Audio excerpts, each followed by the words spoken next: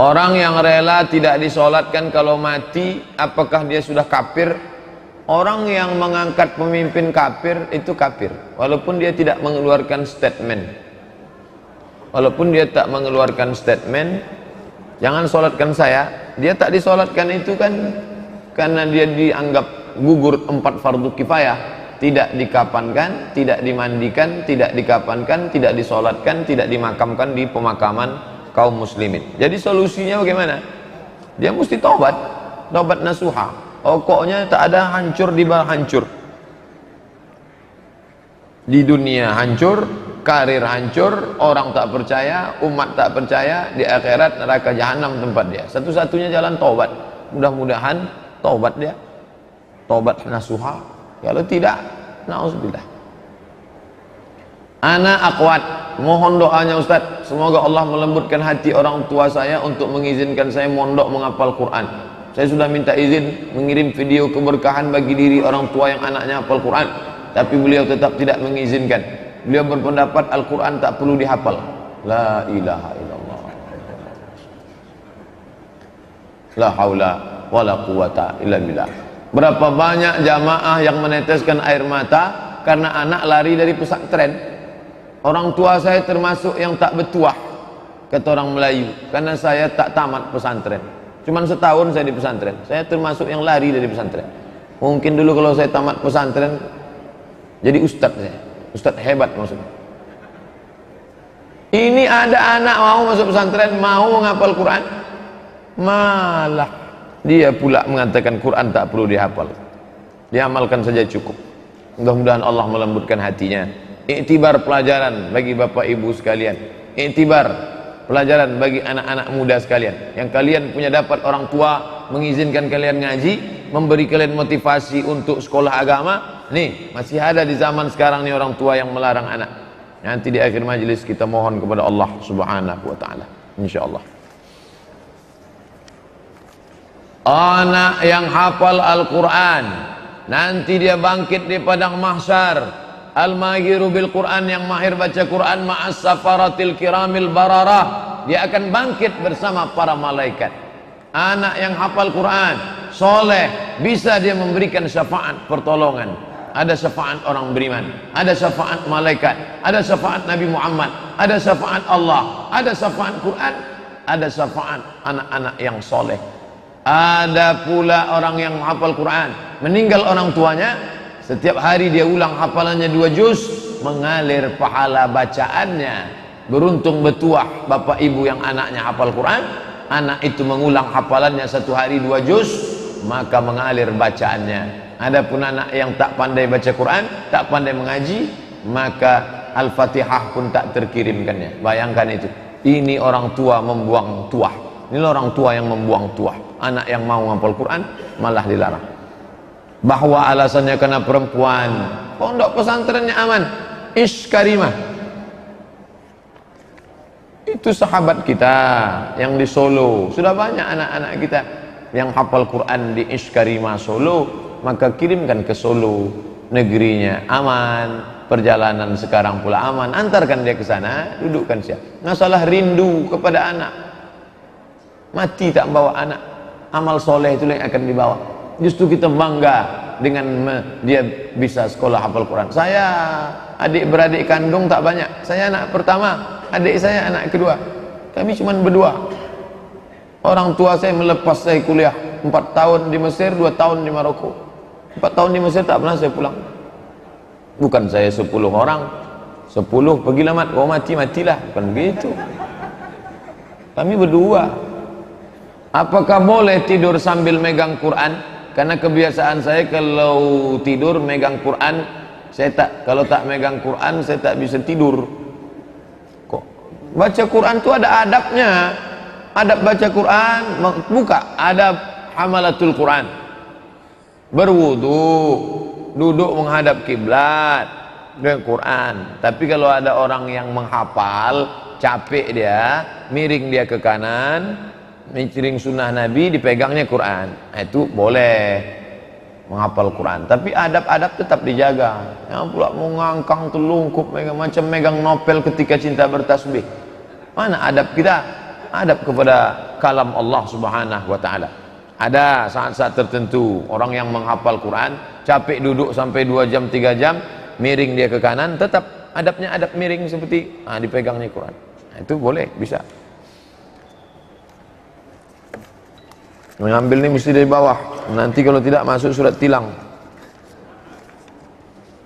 Apa hukum mengambil keuntungan lebih dari 400%? Fatwa Syekh Atiyah Saqar, ulama besar Al-Azhar, dalam kitab Fatwa Al-Azhar, penjual boleh mengambil untung berapa persen terserah, tidak ada ketentuan. Lebih dari 100% riba, tidak ada, selama tak ada unsur tipu di dalamnya. Bapak pergi ke Jogja beli kaligrafi kulit, di sana cuma 15.000, Bapak jual di sini 1.500.000, berapa persen itu? 1000%. Sah selama tak ada tipu. Cantik kaligrafinya Pak? Iya. Boleh saya beli Pak? Boleh. Berapa harganya? 1,5 juta. Saya beli ya, belilah Bapak. Tapi kalau dia tipu-tipu, ini kalau ente beli, insya Allah rezeki akan berdatangan, menolak bala, hantu-hantu takut karena ini dari Jogja nih, Nyi Roro Kidul aja pingsan gara-gara ini. Itu bohong itu. Selama tak ada unsur tipu, bohong, tak apa-apa. Buka fatwa Syekh Atiyah Saqar. Adakah penjelasan hadis atau salat Nabi tentang persentase pembagian keuntungan ketika Khadijah menitipkan barang dagangan kepada Nabi? Tak ada. Namanya mudharabah. Andai pun ada, itu tak bisa jadi dalil. Perbuatan Nabi kepada Khadijah tak bisa jadi dalil karena itu sebelum jadi Nabi. Perbuatan yang bisa menjadi dalil adalah setelah jadi Nabi, 22 tahun 2 bulan 22 hari. Kalau dibulatkan 23 tahun, itu yang bisa jadi dalil. Adapun dia sebelum jadi Nabi, maka tak bisa jadi dalil. Itu sekedar pelajaran saja. Mudharabah itu berapa? Ustaz, pinjam duit Pak Ustaz 10 juta. Saya mau ternak puyuh, ternak ayam. Saya mau buka kurs jahit menjahit. Nanti kita bagi untung sama, kalau rugi tanggung sama. Berapa pembagiannya? 50-50. Sah. 70-30 sah. 20-80 sah. Kalau gitu 10-90 sedikit betul lah. Nah, jadi innamal bai'u an taradin, sama-sama ridha. Lanjutkan, silakan, tak ada batasan. Pak Ustadz, sholat yang baik diterima Allah itu sholat yang gimana? Baca buku fikih dasar, fikih paling rendah, fikih sunnah Sayyid, fikih sunnah Said Sabiq itu tengah, di bawah fikih sunnah Said Sabiq lagi fikih Islam Sulaiman Rashid, orang Lampung, dapat gelar Ijazah Al-Azhar, belum ada LC lagi zaman dia, tahun 1935, namanya Syahadah Alamiyah. Itu orang Indonesia, spesialis fikih Syafi'i. Fikih dicetak bulan bintang.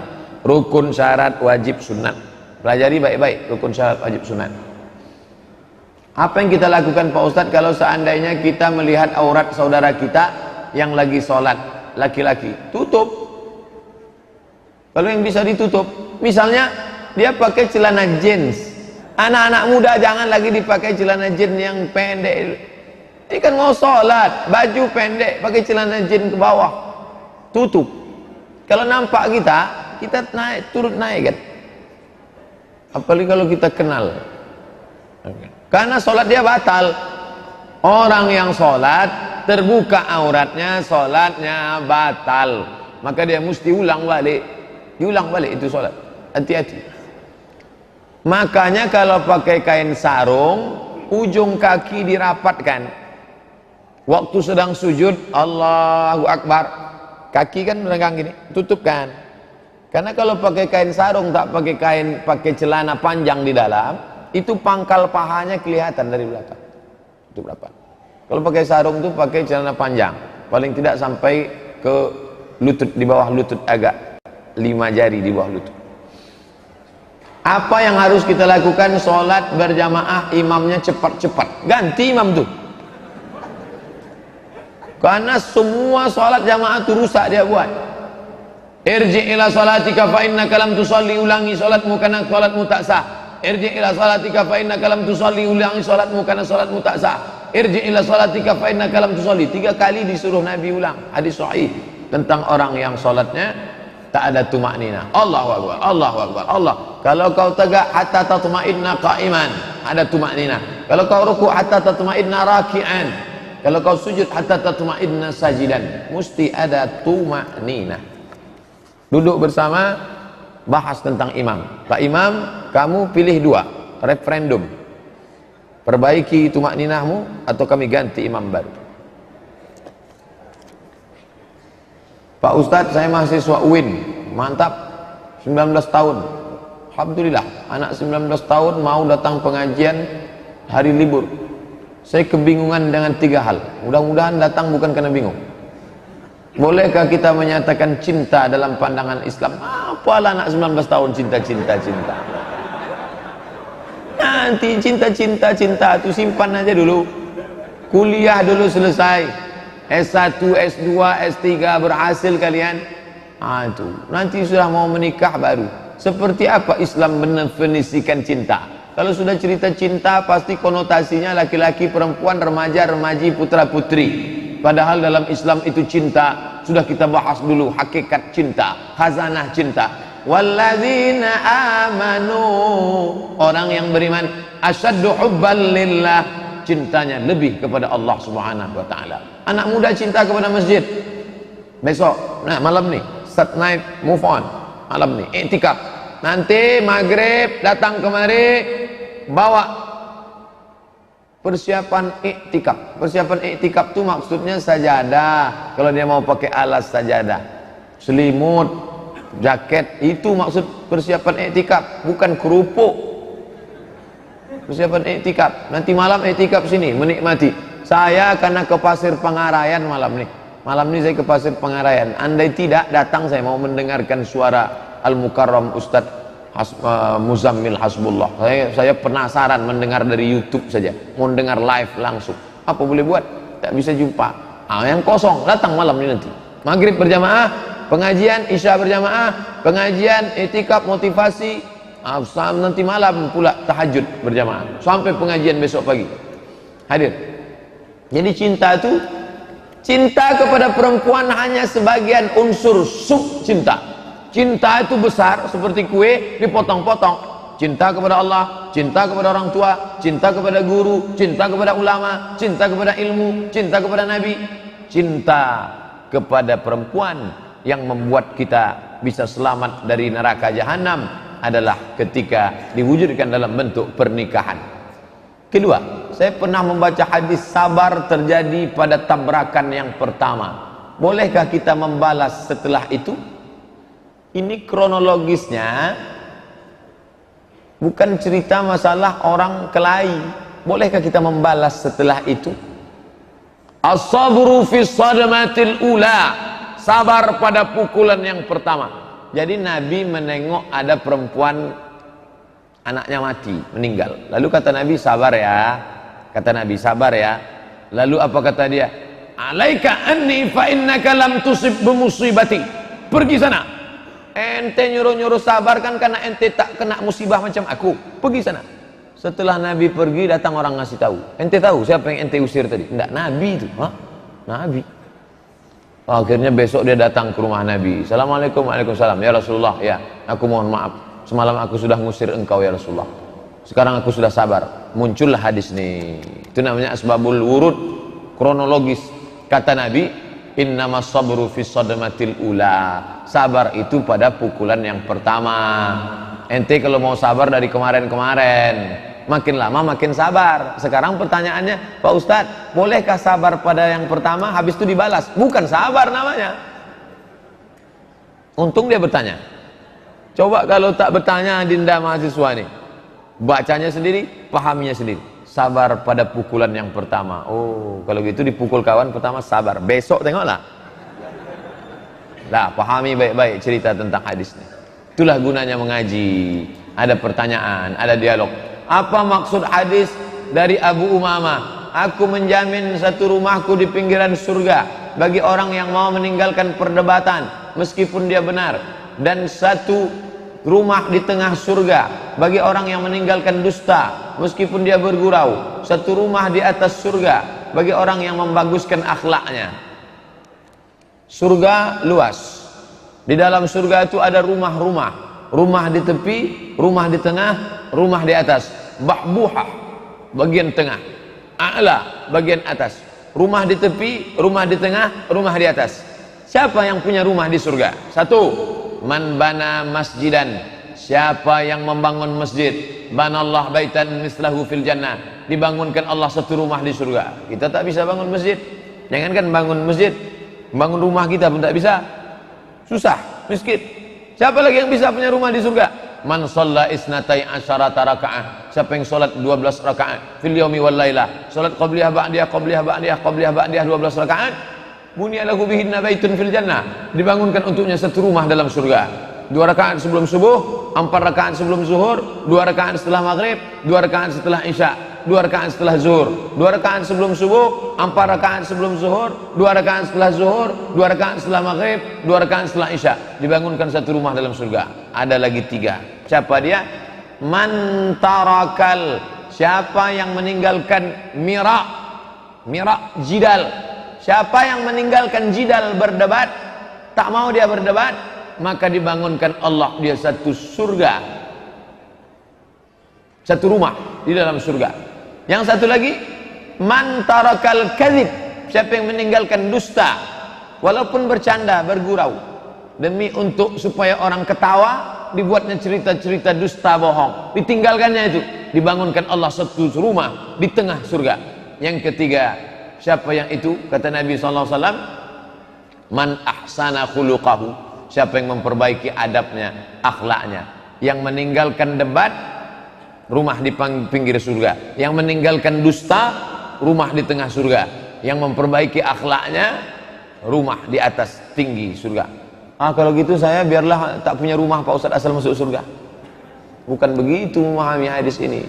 Kita selalu disuruh wa fi dzalika falyatanafasil mutanafisun, hendaklah kalian persaingan dalam merebut. Kalau gitu kita tak boleh debat Pak Ustadz, debat antara benar dan paling benar, tinggalkan debat. Tapi untuk orang-orang yang sombong, yang angkuh, mesti kita debat, karena Quran menyuruh debat. Wajadilhum, debat mereka billatihi ahsan, dengan cara yang baik. Kalau begitu Zakir Naik tak dapat rumah di surga? Dapat. Kenapa? Karena dia menegakkan hujah untuk mendebat orang-orang batil. Orang batil mesti didebat supaya dia tahu bahwa dia batil. Aku khawatir kalau orang benar itu diam, sehingga orang yang salah itu tak tahu bahwa dia salah. Begitu kata Sayyidina Ali radhiyallahu anhu. Apa itu khawarij? Khawarij artinya keluar, diambil dari kata kharaja, keluar. Ini kelompok Sayyidina Ali, ini kelompok Sayyidina Muawiyah. Kelompok Ali, kelompok Muawiyah. Keluar khawarij. Kata khawarij, kafir semua nih. Ali kafir, Muawiyah kafir, Ammar bin As kafir. Tiga-tiga ini mesti dibunuh. Maka diutuslah orang untuk membunuh 3 sahabat ini. Salah satunya yang berhasil membunuh namanya Abdurrahman ibnu Muljam, ditikamnya Sayyidina Ali waktu salat subuh, meninggal Sayyidina Ali. Khawarij, orang yang keluar dari imam, maka yang keluar dari imam itu adalah khawarij. Qadariyah Pak Ustadz, Qadariyah adalah orang yang mengingkari takdir. Kata dia tak ada takdir. Rukun iman 5 saja. Antuk minabillah wa malaikatihi wa kutubihi wa rusulihi wal yaumil akhir. Takdir tak ada. Maka disebut dia dengan qadar, karena dia memusuhi takdir. Qadariyah. Mu'tazilah Pak Ustaz, Mu'tazilah adalah Wasil bin Atha. Dia murid Imam Hasan Al-Basri. Nabi punya murid namanya Anas bin Malik. Anas bin Malik punya murid namanya Al-Hasan Al-Basri. Al-Hasan Al-Basri punya murid namanya Wasil bin Atha. Suatu ketika Wasil bin Atha bertanya tentang pelaku dosa besar. Lalu dijawab oleh Imam Hasan Basri. Rupanya tak setuju Wasil bin Atha dengan gurunya itu. Akhirnya Wasil memisahkan diri. Orang yang memisahkan diri bahasa Arabnya Mu'tazilah. Orang yang memisahkan diri dari Wasil, dari Imam Al-Hasan Al-Basri. Lalu apa kata Imam Hasan Basri? Qad i'tazala Wasil anna. Si Wasil sudah memisahkan diri dari kita, maka dia disebut dengan Mu'tazilah. Ada beberapa perbedaan Mu'tazilah dengan Ahlus Sunnah. Di antaranya mereka mengatakan tidak ada sifat bagi Allah, yang ada hanya zat saja.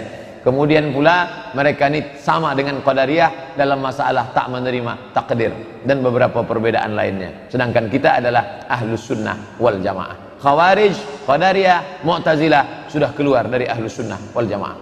Kelompok yang suka membubarkan pengajian masuk kelompok mana Pak Ustaz? Kalau bertanya sama saya jangan pakai sindir-sindir, tanya langsung. Mana yang dimaksud? Apakah yang ditanyanya Salafi? Apakah yang ditanyanya Banser? Banser itu adalah sub daripada NU. NU itu di dalamnya ada namanya Fatayat untuk yang gadis-gadis, pelajar-pelajar. Untuk yang ibu-ibunya Muslimat, Fatayat NU, Muslimat NU. Ada namanya LBM, Lembaga Bahsul Masail, khusus untuk mengkaji hukum-hukum fikih. Ada namanya Banser. Banser Ansor itu dulu baik. Cuman setelah disusupi oleh liberal, makanya anak-anak NU yang selalu saya nanya ke saya, Ustadz kami ini NU, ente NU ya, ikuti fatwa 3 ulama NU, Ustadz Kiai Haji Idrus Ramli, Buya Yahya, Kiai Haji Gus Solah masuk, yang dulu Kiai Hasim Muzadi. Tapi yang untuk yang pengajiannya yang banyak di internet, yang saya maksud adalah Buya Yahya, kemudian Kiai Haji Idrus Ramli, satu lagi lupa saya namanya, dari pondok pesantren khusus yang mendebat. Mereka tidak setuju dengan Syiah, tidak setuju dengan Mu'tazilah, tidak setuju dengan yang keluar dari Ahlus Sunnah wal Jamaah. Itu yang meneruskan Kiai Haji Hashim Asy'ari, Hadratus Syekh Hashim Asy'ari. Apa hukumnya seorang istri yang menundukkan hati suami dengan cara guna-guna, misal ciri barandang, supaya lebih mencintai istri dan keluarganya sampai suami melupakan? Ciri, maaf cakap itu kan tai, barandang direndang. Jadi saya pun bingung apa artinya. Saya selalu penasaran, apapun masalahnya selalu saya mesti tahu apa itu. Rupanya itu adalah pinang muda. Pinang muda yang ditelan bulat-bulat, dibuang kulitnya, diambil pinang muda itu, dikupas, telan bulat. Besok pagi keluar dia bulat juga. Keluar dia bulat, itu dicuci bersih, lalu diambil pisau, dikikis, masukkan ke kopi kah, dimasukkan ke masakan. Setelah itu dibacakan jampi-jampi. Siapa yang nyuruh? Setan. Kenapa mesti tai? Najis. Setan selalu nyuruh najis.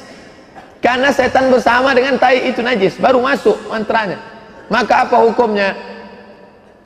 Sudah kita kaji, ada videonya, cari 7 dosa besar.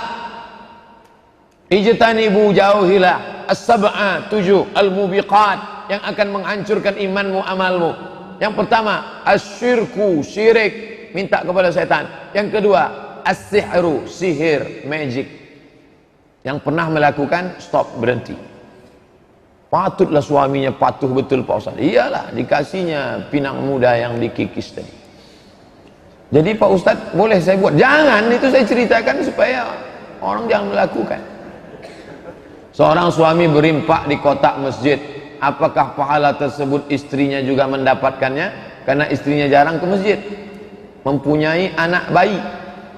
Perbuatan yang dilakukan oleh perempuan, husnu taba'ulil mar'ati li zawjiha, perempuan yang berbakti, berbuat baik untuk rumah tangganya, ta'dilu, sama macam perbuatan laki-laki.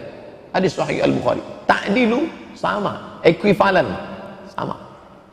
Ibu buat saja baik-baik, Allah tak tidur, la ta'khudhuhu sinatun wala naum, maka perbuatan baik ibu di rumah itu sama macam perbuatan suami. Perempuan dapat pahala jihad, perempuan dapat pahala solat berjamaah, dia jaga dengan baik. Bahkan perempuan itu lebih hebat lagi dari laki-laki. Surga di bawah tapak kakinya. Kunci surga ada pada perempuan.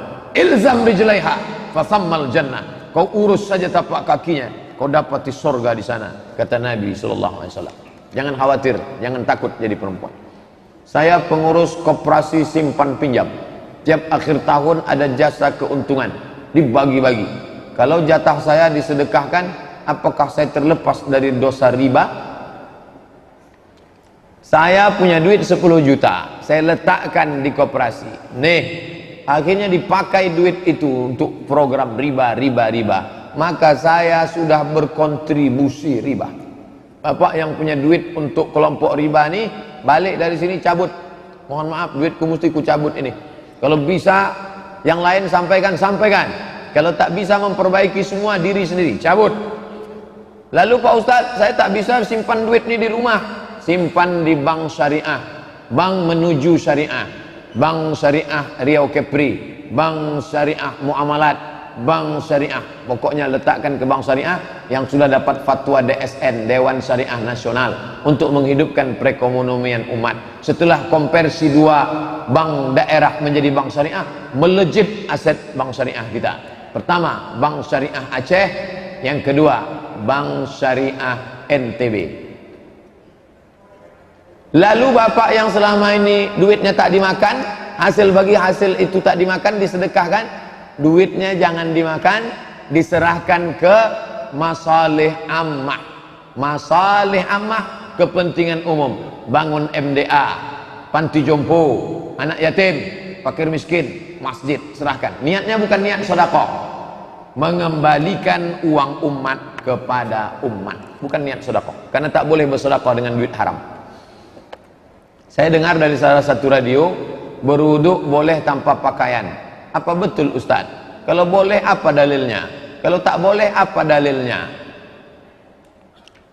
Tidak ada rukun syarat wajib mesti pakai pakaian. Kalau Ustaz sendiri, saya pakai anduk. Saya berwuduk pakai anduk, menutup aurat. Ada adab-adab kita, adab kamar mandi, adab tempat tidur, adab. Makanya tadi kita kaji kitab Al-Adab Al-Mufrad. Kalau cerita masalah adab, tutup aurat. Tapi kalau cerita masalah sah tak sah, sah. Apa dalilnya? Kata orang Yahudi, Musa tak mau mandi sama kita karena dia kena hernia. Maaf cakap, buah pelirnya besar. Bahasa Melayunya apa tuh? Bui. Musa tak mau mandi telanjang sama kita karena dia kena hernia, kata orang Yahudi. Musa kalau mandi di balik batu, ada batu besar, mandi Musa di situ. Sementara orang Yahudi mandi di sini ramai-ramai. Yahudi ini suka mandi telanjang. Musa mandi di balik batu. Tiap hari mereka aja, Musa, ente tak mau mandi sama kami karena ente kena hernia kan? Suatu hari Allah mau menunjukkan, digeser Allah waktu Musa sedang mandi, sedang menunduk, digeser Allah batu itu. Bergeser, mereka tengok Musa. Ternyata Musa tak kena hernia. Apa dalil dari situ? Bahwa Musa di balik batu itu telanjang. Dia hanya tidak mau ditengok orang. Ketika orang tak ada, dia tetap. Itu dalil orang yang mengatakan boleh mandi telanjang, tapi tak beradab.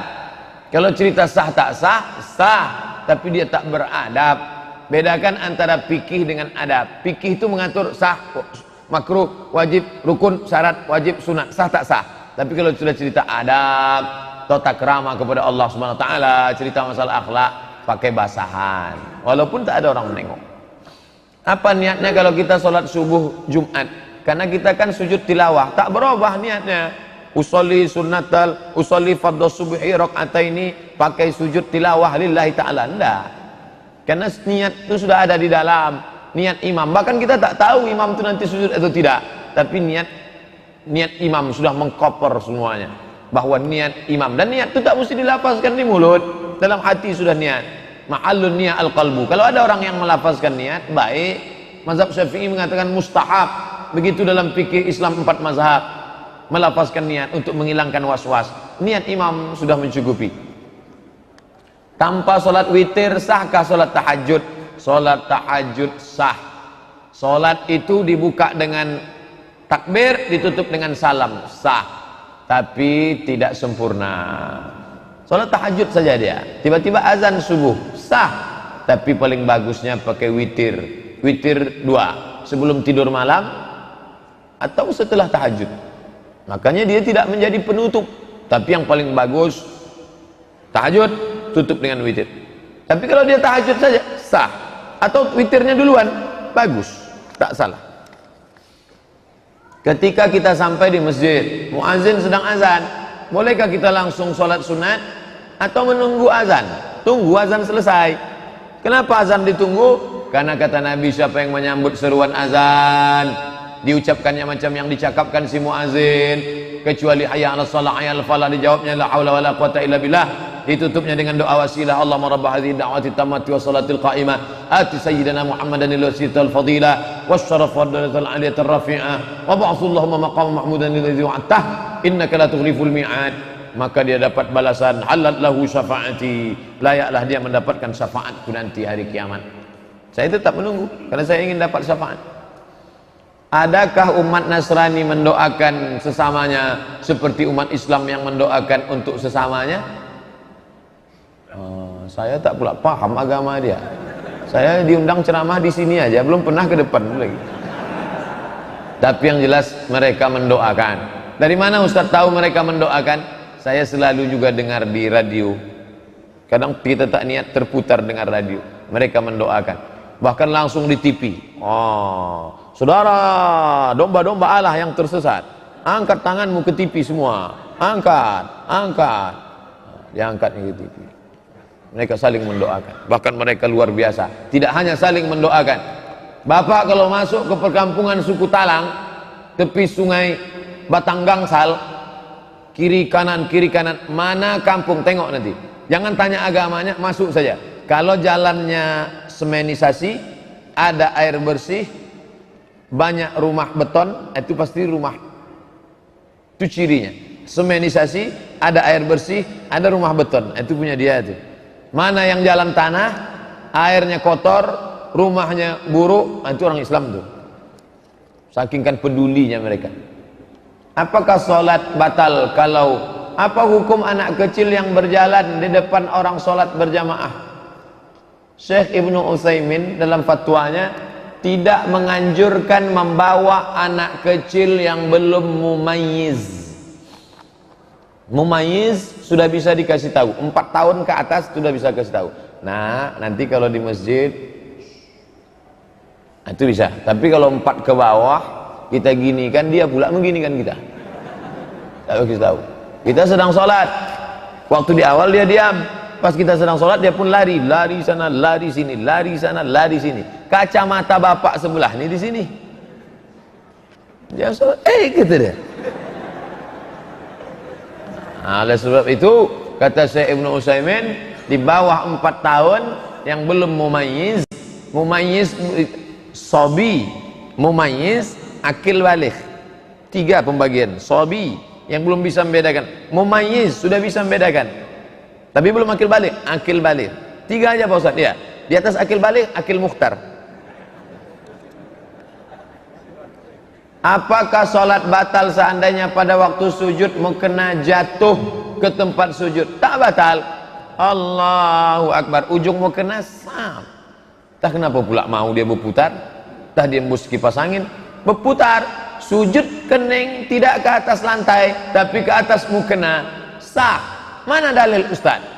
Ada sahabat Nabi sholat panas terik di atas pasir, ujung jubahnya ditutupkannya ke atas pasir, sujud dia ke atas ujung jubah, sah. Nabi tak melarang, Nabi tak marah. Itu dalilnya, boleh. Mana yang lebih afdal? Sholat dibuka atau ditutup? Apa yang dibuka ditutup? Mana yang lebih afdal waktu sholat? Tak bisa saya baca. Pak Ustadz, syarat hadis zur ghibban tazdad hubban, jarang-jaranglah ketemu maka akan berkasih sayang. Ibnu Hibban, zur ghibban tazdad hubban, jarang-jarang ketemu maka akan berkasih sayang. Apa maksudnya? Kalau kita jarang-jarang jumpa, itu suasananya lebih hangat, lebih harmonis. Tapi ini jangan asal pasang. Ini banyak orang sekarang salah pasang. Ente kenapa tak pernah ke masjid? Zurhibban tazdat hubban. Kita ketemunya seminggu sekali aja ya, sholat Jumat. Ini tidak terkait dengan ibadah mahdhah. Masalah berkunjung ke rumah orang. Pagi datang, siang datang, malam datang. Asal nengok, suntuk betul loh gini datang. Udahlah datang, tak bawa apa-apa, sholat jamaah orang terkendala, menceritakan aib orang. Zurhibban, datang sekali-sekali, tazdat hubban. Jarang jumpa, maka akan membangkitkan gairah kasih sayang. Ustaz, saya punya guru bahasa Inggris, orang Cina. Bagaimana seharusnya adab saya sama Cina itu Pak Ustaz? Bolehkah belajar dengan orang kafir? Boleh. Mana dalilnya? Tahun kedua, Perang Badar. Pada saat Perang Badar, ditangkaplah orang kafir ini, tawanan. Gimana cara melepaskannya? Siapa kalian bisa mengajar 10 anak orang Islam tulis baca? Bebas. Yang pertama kali mengentaskan buta huruf di dunia ini Nabi Muhammad SAW. Kontradiktif cakap Ustaz. Nabi mengentaskan buta huruf, dia sendiri tak bisa tulis baca. Nabi tak bisa tulis baca sebagai mukjizat. Karena kalau dia bisa tulis baca, nanti Quran dituduh orang di copy paste dari kitab perjanjian lama, perjanjian baru, Zabur, Taurat, Injil dari Yunani, dari Romawi. Mukjizat Nabi, tak bisa tulis baca, tapi maklumat lebih lengkap dalam Quran tentang Isa, tentang emaknya, tentang datuknya, tentang neneknya, ada dalam Quran. Malah tak ada dalam Markus, Matius, Lukas, Yohanes dan 14 surat Paulus. Jadi boleh belajar, tapi tentu dengan menjaga adab-adab. Kalau guru tadi laki-laki, pakai jilbab panjang, hijab. Kalau guru tadi perempuan, kasih tahu dia, Bu, ibu nanti kalau datang supaya pakai baju kurung ya Bu. Ibu pakai kerudung, tutup. Makanya di Malaysia kalau mau masuk Masjid Putrajaya, untuk bule-bule, turis-turis harus pakai jubah panjang. Jangan dia masuk ke masjid kita seenaknya saja, tidak menutup aurat. Jaga. Hanya mengambil ilmunya saja. Tapi kalau sudah nampak gaya-gaya dia ingin mengajarkan, tapi seherannya saya, kenapa mesti dia dipakai? Orang Islam tak ada lagi. Tak ada orang Islam di Pekanbaru yang pandai bahasa Inggris. Kecuali mati semua guru bahasa Inggris. Apakah dia? Ustadz, bukannya perempuan dilarang jadi pemimpin? Katanya pastinya akan mendapat musibah. Contohnya wali kota Surabaya, pemimpinnya perempuan. Kok malah sejahtera? Mohon penjelasannya Pak Ustadz. Dulu saya diminta presentasi masalah pemimpin perempuan. PowerPoint-nya masih ada. Ketika heboh-hebohnya Pekanbaru akan mengangkat wali kota perempuan. Maka kesimpulannya, ini dalilnya, ini dalilnya, ini dalilnya, ini dalilnya. Yang tidak boleh itu adalah pemimpin imamatun uzma, khalifah. Andai nanti muncul big state pemerintahan Islam, tidak boleh khalifahnya perempuan. Adapun pimpinan daerah, pimpinan ormas, pimpinan yang bisa dijatuhkan, yang bisa diimpeachment, yang bisa dimusyawarahkan untuk digulingkan, maka boleh perempuan. Mana dalilnya? Umar bin Khattab pernah mengangkat pemimpin wilayah Hisbah, polisi yang mengawasi kota Madinah, pengawas pasar, namanya Ummu Syifa. Kira-kira Ummu Syifa masuk akal tak? Ummu Syifa berkumis. Ummu Syifa itu perempuan, tapi bukan pemimpin mutlak. Pemimpin mutlak tak boleh. Pemimpin yang boleh, adapun orang tak setuju dengan perempuan, biasanya bukan karena dia perempuan, tapi karena partainya, karena orang yang di belakangnya. Di belakangnya ini 3, komunis, sekuler, liberal. Nah itu baru. Kalau dia punya kemampuan, suaminya meninggal, anak-anaknya sudah jadi orang semua, dan dia masih cerdas, baik, tak salah. Tapi jadi khalifah tak boleh. Ustaz, kok nikah muda lebih banyak rezeki katanya? Bagaimana dengan tua? Ustaz, tak ada penjelasan tentang nikah lansia murah rezeki. Orang tua tak cerita rezeki karena rezekinya sudah banyak.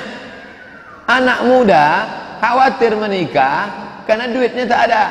Khawatir dia, kalau aku menikah nanti biniku makan apa? Makanya kata Nabi motivasi, iyakunu fuqara, kalau dia miskin yughnihimullah, Allah akan mengkayakan dia.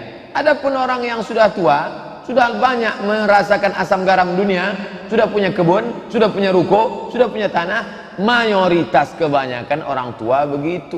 Makanya Nabi cerita motivasi orang muda yang belum punya apa-apa. Jangan kalian ragu untuk menikah. Allah akan bukakan pintu rezeki. Iyakunu fuqara. Kalau dia susah, yughnihimullah. Allah akan mengkayakan dia. Begitu kronologis ceritanya. Bagaimana Syiah memandang nikah mut'ah, nikah kontrak? Man tamatta'a marratan, siapa yang nikah kontrak satu kali, fadarajatuhu kadarajatil Husain, derajatnya macam derajat Sayyidina Husain. Man tamatta'a marrataini, siapa yang nikah kontrak dua kali, fadarajatuhu kadarajatil Hasan, derajatnya macam Imam Hasan. Man tamatta'a salasa maratin, siapa yang nikah kontrak tiga kali, fadarajatuhu kadarajati Ali, derajatnya macam Imam Ali. Man tamatta'a arba'a maratin, siapa yang nikah kontrak empat kali, fadarajatuhu kadarajati, maka derajatnya macam derajat Nabi Muhammad sallallahu alaihi wasallam. Hadisnya sahih menurut Syiah. Berlomba-lomba nikah kontrak. Nikah kontrak tak perlu pakai wali, tak perlu pakai saksi. Aku nikahi engkau dengan mahar 50.000 sampai jam 5 sore nanti tunai. Sah. Al-mut'atu dini wa dini abai. Nikah kontrak adalah agamaku dan agama nenek moyangku. Man tamatta'a faqad i'taqada bi aqidatina. Siapa yang nikah kontrak maka dia sudah berakidah dengan akidah kami. Wa man ankaraha falaisa minna. Siapa yang menolak nikah kontrak maka dia bukan golongan kami, masuk neraka jahanam. Siapa yang tak mau nikah kontrak masuk neraka menurut Syiah. Paling enak menghapus dosa adalah dengan nikah kontrak. Siapa yang nikah kontrak diajaknya perempuan itu ngomong satu kata menghapus dosa. Hai, hilang satu dosa. How are you? Hilang 3 dosa. Siapa yang melangkah satu langkah pahala. Pahala, pahala, pahala, pahala, pahala. Siapa yang mandi maka Allah menghapuskan dosanya sebanyak bulu di badannya. Maksudnya mandi, berhubungan kelamin dia dengan nikah kontrak itu. Pokoknya enaklah Syiah. Ustadz, boleh tak perempuan pakai gelang kaki? Kerincing, kerincing, kerincing, kerincing, kerincing. La yaqribna bi arjulihinna. Janganlah perempuan itu memukulkan kakinya ke lantai. Janganlah perempuan itu memukulkan kakinya ke lantai. Kenapa dilarang perempuan memukulkan kakinya ke lantai? Apa kronologis sebab ayat ini? Zaman dulu orang jahiliyah dipakainya gelang kaki, habis itu dia pun jalan kerincing, kerincing, kerincing, kerincing. Kalau sempat dia lewat di sini, mengangolah semua bapak-bapak menengok. Tinggal ustadz ceramah, itulah tak boleh. Kalau ada anak gadis pakai gelang kaki, apa hukumnya? Apa tujuannya pakai gelang kaki? Tujuannya gelang kaki supaya suaminya tahu bahwa istrinya ini hemat Pak Ustadz. Baik, tapi kebanyakan orang sekarang pakai gelang kaki bukan untuk suaminya, untuk laki orang. Pergi undangan, pakai gelang kaki, semua mata nengok kaki. Habis telangkup orang nengok. Lupa menengok kaki sendiri gara-gara menengok kaki orang. Bersoleklah untuk suamimu, berhiaslah untuk suamimu. Banyak perempuan-perempuan bersolek, berhias, berpakai perhiasan untuk laki orang. Untuk lakinya di rumah macam hantu bentuk. Ustadz, apa boleh berwuduk sebelum tidur tapi dalam keadaan berhadas besar? Bukan boleh, dianjurkan. Nabi SAW kalau berhubungan kelamin dia di waktu malam, maka kadang-kadang dia mandi, kadang-kadang dia berwuduk saja, dibasuh kemaluan, setelah itu berwuduk, tidur. Begitu sunnah. Banyak yang komen di YouTube, kalau Ustadz punya pengetahuan yang luas, kenapa Ustadz gak nyambung jadi doktor?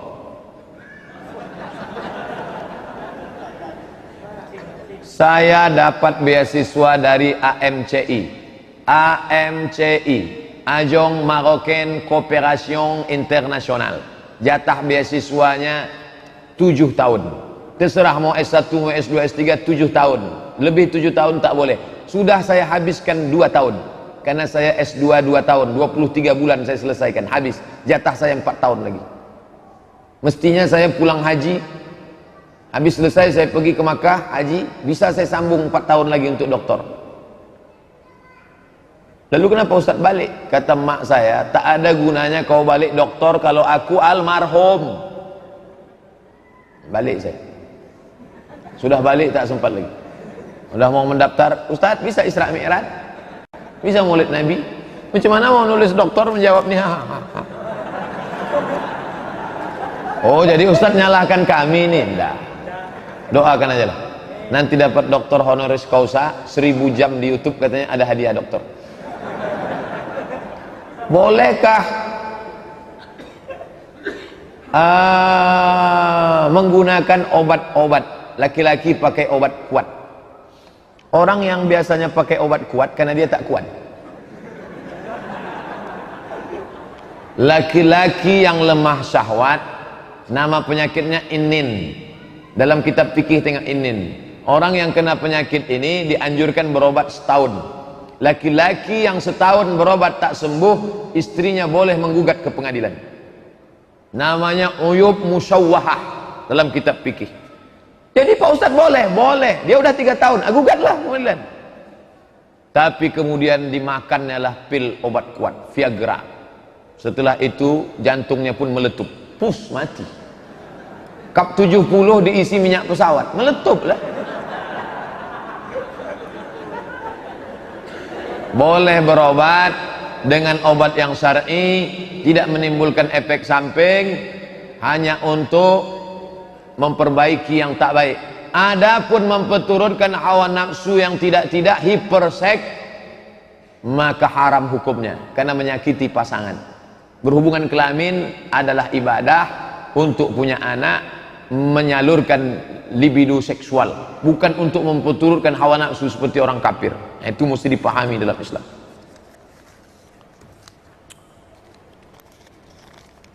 Apa dalil khitan dalam Al-Quran? Sebutkan dalil khitan. Awwalu man ikhtatana, yang pertama kali berkhitan Ibrahim alaihi salam, wa umruhu samanun, umurnya 80 tahun, bil qudum.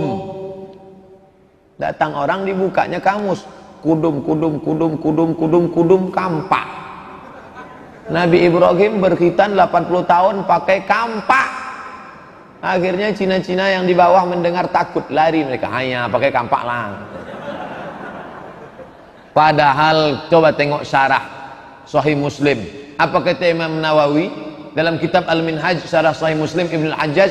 Bil qudum. Nabi Ibrahim berkhitan umurnya 80 tahun di sebuah kampung bernama Kudum. Nama kampung itu Kampak. Di Riau ini ada, di Sumatera ini ada kampung Kampak, ada jalan ke Medan, Cikampak. Dia nanya pakai Quran. Kata dia, kalau tak ada Quran, kalau ente pakai Quran, saudaraku, tak usah sholat subuh, karena tak ada sholat subuh dalam Quran. Ada tak? Ya ayyuhallazina amanu shollu sholatas subhi raka'ataini, adaan makmuman lillahi ta'ala. Mana ada? Ayat Quran itu global. Lalu penjelasan detailnya di mana? Dalam hadis. Ayat Quran tentang khitan mana? Innallaha yuhibbut tawwabin wa yuhibbul mutahhirin. Allah suka kepada orang yang suci. Di antara suci adalah khitan. Potong kuku suci, cabut bulu ketiak suci, potong rambut suci, bersih badan suci, berkhitan suci. Karena kalau tak dipotong itu ada namanya hasyafah, di atas ada najis. Makanya anak kecil yang belum bersunat bisa memutus sop. Kenapa anak kecil yang belum bersunat memutus sop? Karena ada najis di ujung senapan AK-46. Mengangkat tangan sampai ke telinga ketika takbir, rukuk, iktidal, itu harus apa tidak Pak Ustadz? Sunnat. Rukun, syarat, wajib, sunat. Ngangkat tangan 4 itu sunat. Allahu Akbar, Allahu Akbar, Sami Allahu liman hamidah. Nanti pas mau sujud, mau bangkit dari sujud, tasyahud awal, Allahu Akbar, sedaun telinga. Allahu Akbar, 1, Allahu Akbar, 2, Sami Allahu liman hamidah, 3, bangkit dari tasyahud awal, Allahu Akbar. Mengangkatnya sedaun telinga atau sebahu? Allahu Akbar. Perempuan lebih tertutup lebih baik. Perempuan bagus sampai sebahu. Laki-laki pilih dua, sedaun telinga atau sebahu. Ada mazhab yang tak mengangkat tangan, ada. Mazhab yang mengangkat sekali saja, Hanafi. Hanafi cuma sekali aja, Allahu Akbar. Lain-lain dia tak angkat lagi. Jadi kawan saya itu Hanafi lah Pak Ustaz. Belum tentu juga. Bisa jadi dia Hanafi, bisa jadi dia malas, bisa jadi dia tak tahu.